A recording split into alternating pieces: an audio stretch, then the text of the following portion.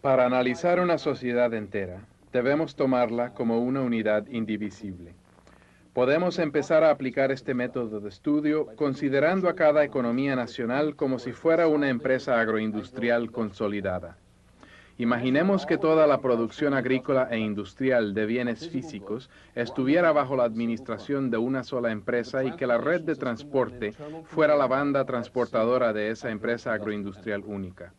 Siendo así, el sector de la fuerza de trabajo empleado de modo directo en el transporte, en los diversos renglones de la producción agrícola, en las manufacturas, la construcción, la minería y el mantenimiento de la infraestructura económica básica, representa en su conjunto los costos laborales directos de producir todos los productos físicos. El resto de la fuerza de trabajo representa el equivalente de los gastos generales. Por eso llamamos productivo al empleo del primer tipo y no productivo al resto del empleo y al desempleo. Esto no significa que todo el trabajo no productivo sea inútil o innecesario. Significa que solo la producción física de bienes conduce al mejoramiento de la densidad relativa potencial de población de la nación. Medimos el desempeño de la economía nacional desde el punto de vista de lo que el trabajo productivo genera y luego examinamos las diferentes áreas del empleo no productivo para descubrir cómo afecta el aumento de la productividad del trabajo productivo. Por ejemplo, los científicos, maestros, médicos y otras personas que prestan servicios no productivos han de contribuir de manera sustancial y directa a elevar la productividad del trabajo. No obstante, las mejoras que aportan se miden por el aumento de la productividad general del trabajo que engendran la labor científica, la educación, los servicios médicos. Lo mismo ocurre con otros servicios y con la administración. Analizamos una economía nacional de la manera siguiente. Partimos de la totalidad de la población, puesto que queremos medir el aumento de la densidad relativa potencial de población. Medimos la población, primero, con un censo familiar, dado que la población se reproduce por medio de la familia. Contamos a los individuos como integrantes de las familias, no como individuos aislados. Dividimos las familias en dos grandes grupos. Primero, familias cuyos miembros que trabajan se ocupan normalmente en empleos productivos. Y segundo, familias cuyos miembros que trabajan se ocupan normalmente en empleos no productivos. Hay, por supuesto, algunas familias que parecen caer en ambos grupos. Ello no representa un problema serio de análisis, dado que son los cambios en la proporción que guardan estas dos clases de empleo y los dos grupos de familias lo que nos interesa ante todo. Fijamos un criterio uniforme para separar estadísticamente los casos ambiguos, que son más bien pocos. Luego analizamos cada grupo de familias desde dos puntos de vista. Primero, por su composición por edades. Y segundo, por la función que cada quien desempeña de acuerdo con su edad. Por ejemplo, los tres grupos primarios por edad son A, por debajo de la edad de trabajar, B, en edad de trabajar, y C, por encima de la edad de trabajar. En el grupo que está en edad de trabajar, distinguimos quién forma parte de la fuerza de trabajo y quién realiza alguna otra función. De ese modo, analizamos la razón entre la totalidad de la población y la fuerza de trabajo, y al mismo tiempo las características reproductivas de la población. Ese análisis nos dice, por ejemplo, si el número de reclutas presentes y futuros de la fuerza de trabajo será mayor o menor que el número de personas que dejan la fuerza de trabajo por muerte, enfermedad o jubilación. La porción de los trabajadores empleada en forma productiva es la que produce la totalidad de los productos físicos necesarios para sostener a la población. Por tanto, una vez analizados los dos grandes grupos de familias, concentramos la atención en los cuatro renglones principales en que se divide la producción que generan esos trabajadores productivos. La figura 1, que aparece ahora, ilustra en general la naturaleza del ciclo de la producción y la distribución. La barra de abajo a la izquierda representa las familias de trabajadores productivos. Arriba está la barra de las familias de trabajadores no productivos. A la derecha está la barra de la producción. El trabajo productivo fluye de la barra inferior izquierda a la barra de la producción. El trabajo productivo es el insumo de la barra de la producción. La administración y los servicios fluyen de la barra superior izquierda tanto a la barra de abajo como a la barra de producción. El producto, bienes físicos y transporte, sale de la barra de la producción y entra a ambas barras de la población. Cierta parte de lo que sale de la barra de producción se consume en la producción misma. Esto describe el ciclo de la producción y la distribución en términos generales. Pasemos a la figura 2. Es un acercamiento de la barra de la producción. Observen que la barra se divide en 3 grandes segmentos y que el de arriba se subdivide en 2 segmentos más pequeños. El segmento de en medio, designado con la B mayúscula, es fácil de entender. Representa el conjunto de bienes físicos que consumen las familias de los trabajadores productivos.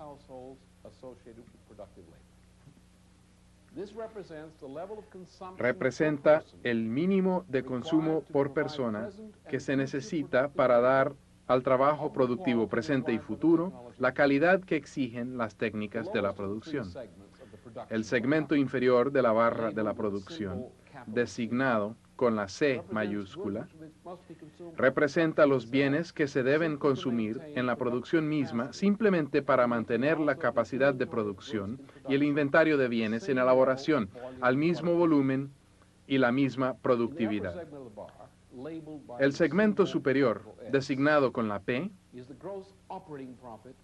es la ganancia bruta de operación de nuestra empresa agroindustrial consolidada. Con la letra D, designamos una subdivisión del segmento P. Esa subdivisión representa la parte de la totalidad de la producción física que se destina, primero, al consumo necesario de las familias de trabajadores no productivos y, segundo, los bienes de capital y otros elementos de las actividades en las que se ocupan los trabajadores no productivos integrantes de esas familias. El resto, designado con P', representa la ganancia de operación neta de nuestra empresa agroindustrial consolidada. Observen ahora la tabla 1. Esta enumera algunos de los coeficientes básicos de la contabilidad del ingreso nacional. Primero, coeficientes básicos de contabilidad.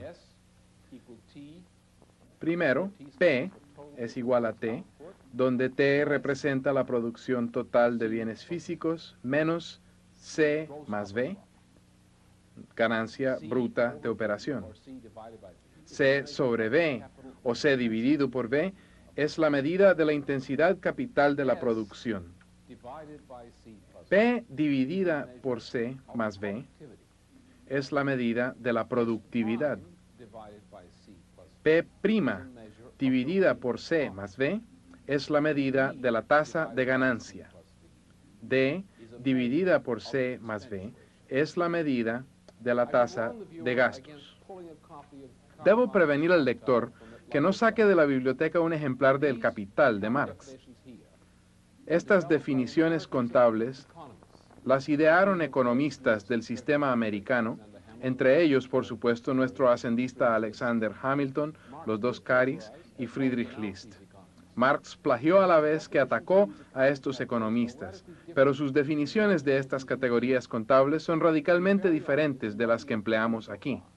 Debiera ser bastante obvio, con lo que hemos visto hasta ahora, que si el proceso económico se ha de traducir en el aumento de la densidad relativa potencial de población, el contenido físico del consumo de cada persona debe aumentar, pero la suma de trabajo que se gaste para producirlo, en promedio, debe disminuir. Esto se expresa en las restricciones enlistadas en la tabla 2, que aparece ahora. Las condiciones, como pueden ver en la tabla, son estas. Primero, la producción de bienes per cápita debe aumentar. También debe aumentar el consumo. Segundo, la proporción de C sobre B, o C dividido por V debe aumentar. Tercero, P, es decir, ganancia bruta de operación dividida por la suma de producción y el costo laboral de la producción debe aumentar. La razón de la ganancia bruta de operación debe, pues, aumentar. Y de igual manera, finalmente, la razón de ganancia neta de operación debe aumentar. P' sobre C más B debe aumentar. Antes de pasar al asunto de la tecnología como tal, debemos subir un peldaño intermedio. Sucede que cuando aumenta la densidad relativa potencial de población, aumenta también el total de kilovatios hora de energía útil que la sociedad consume tanto por cabeza como por kilómetro cuadrado. No necesitamos ir a los pormenores en este programa. Baste con hacer notar que podemos construir funciones estadísticas que muestren la relación entre el aumento de la densidad relativa potencial de población y el aumento del consumo de kilovatios hora por cabeza.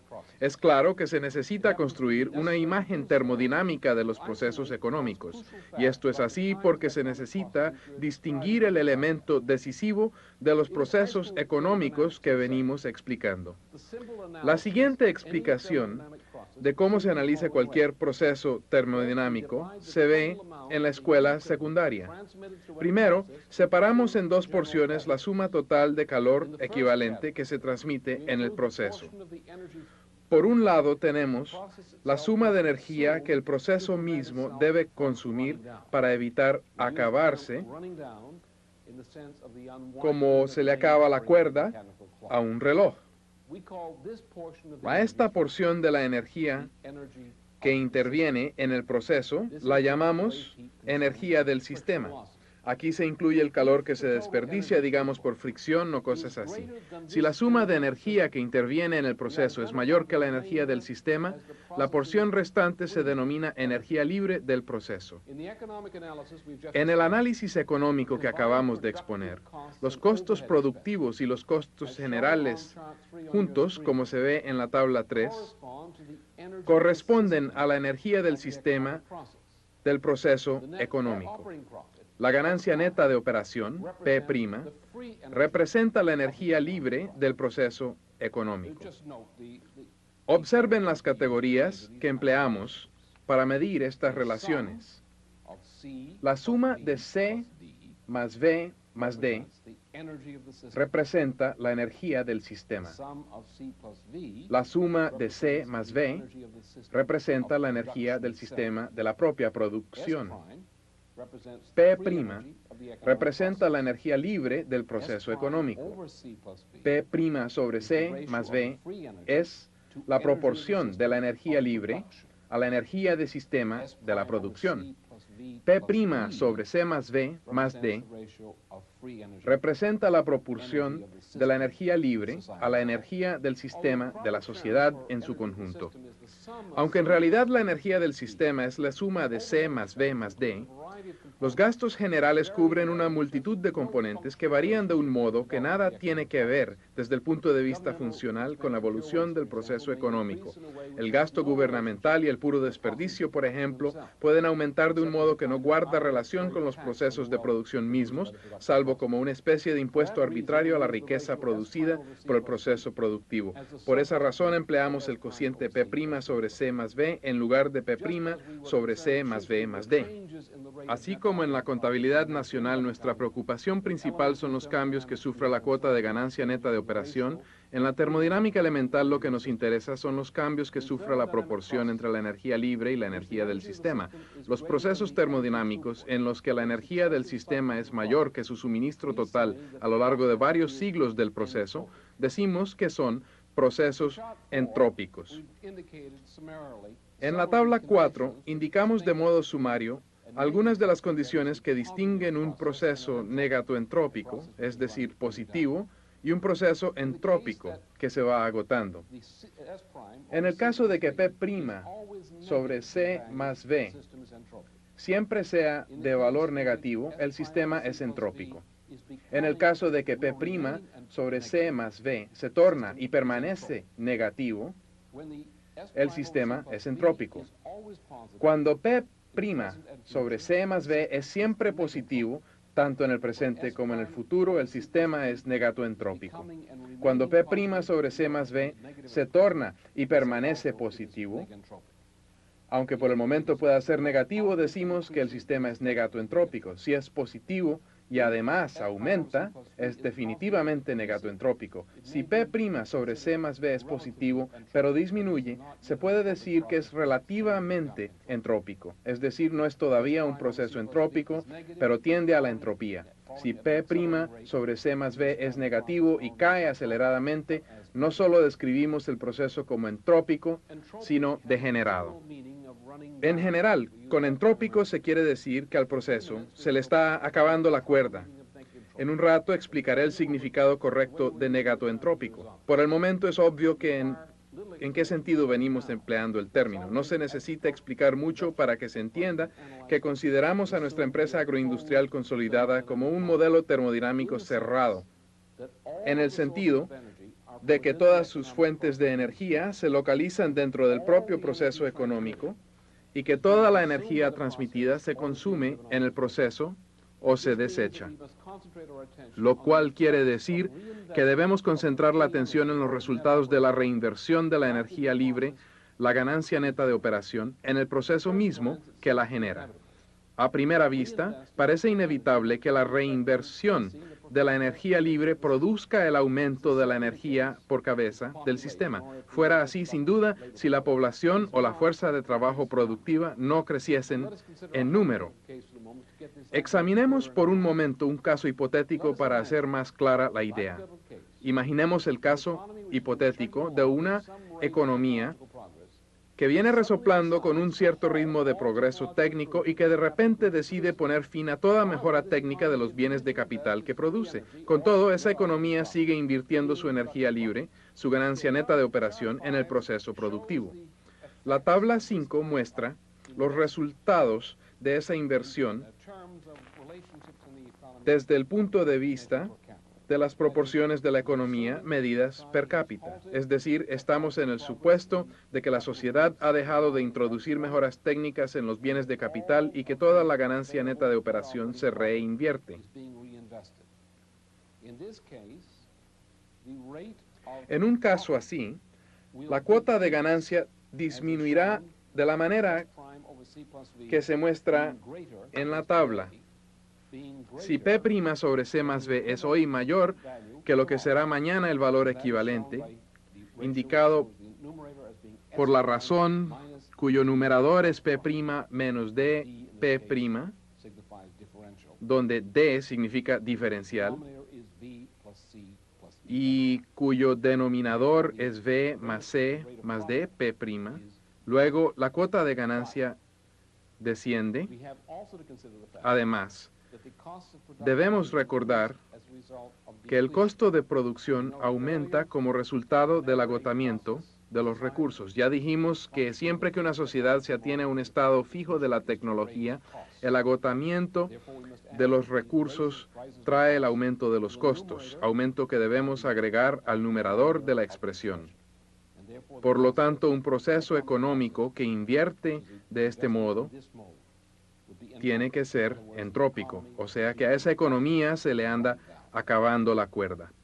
Para facilitar la comprensión de estas sencillas comparaciones, observen los siguientes hechos elementales. 1.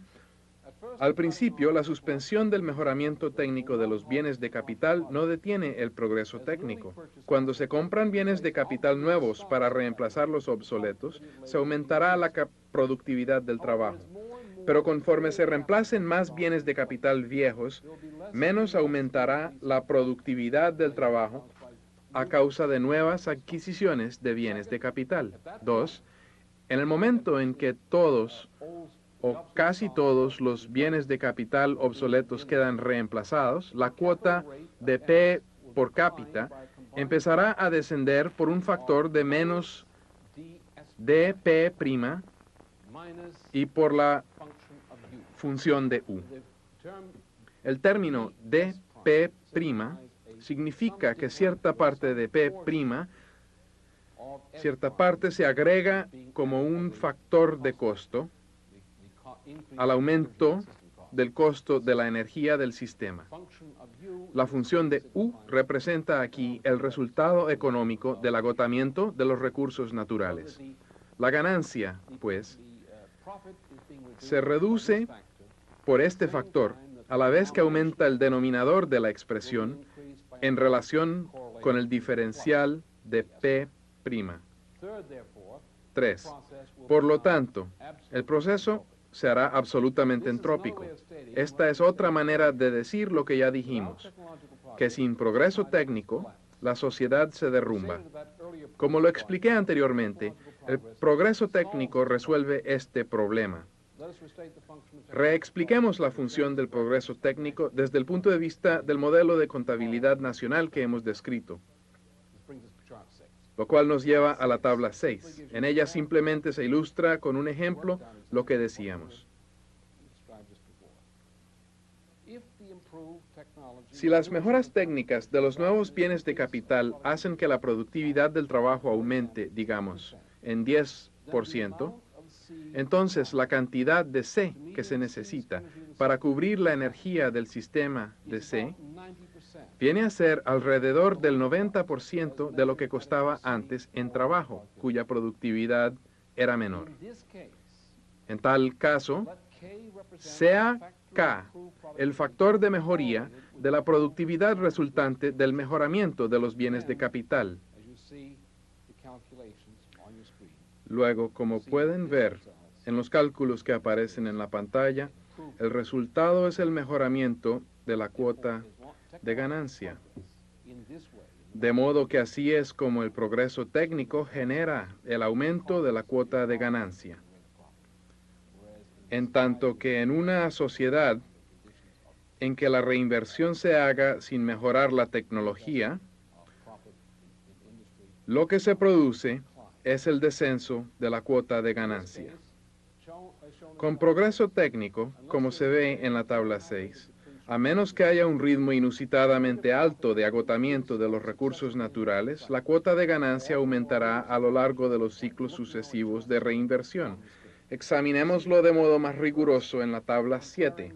Como ven, estamos comparando en primer lugar la cuota de ganancia antes de que se haga la inversión nueva con la cuota de ganancia después de que se ha hecho. Y por eso, si la productividad aumenta, como se ve, el proceso es al menos relativamente negatoentrópico. Si la cuota de ganancia crece con mayor rapidez que los costos de la energía del sistema y los costos provocados por el agotamiento de recursos, el proceso es absolutamente negatoentrópico. Al recorrer las tablas de la 1 a la 7 hemos visto el significado del término negatoentropía en lo tocante a la contabilidad nacional.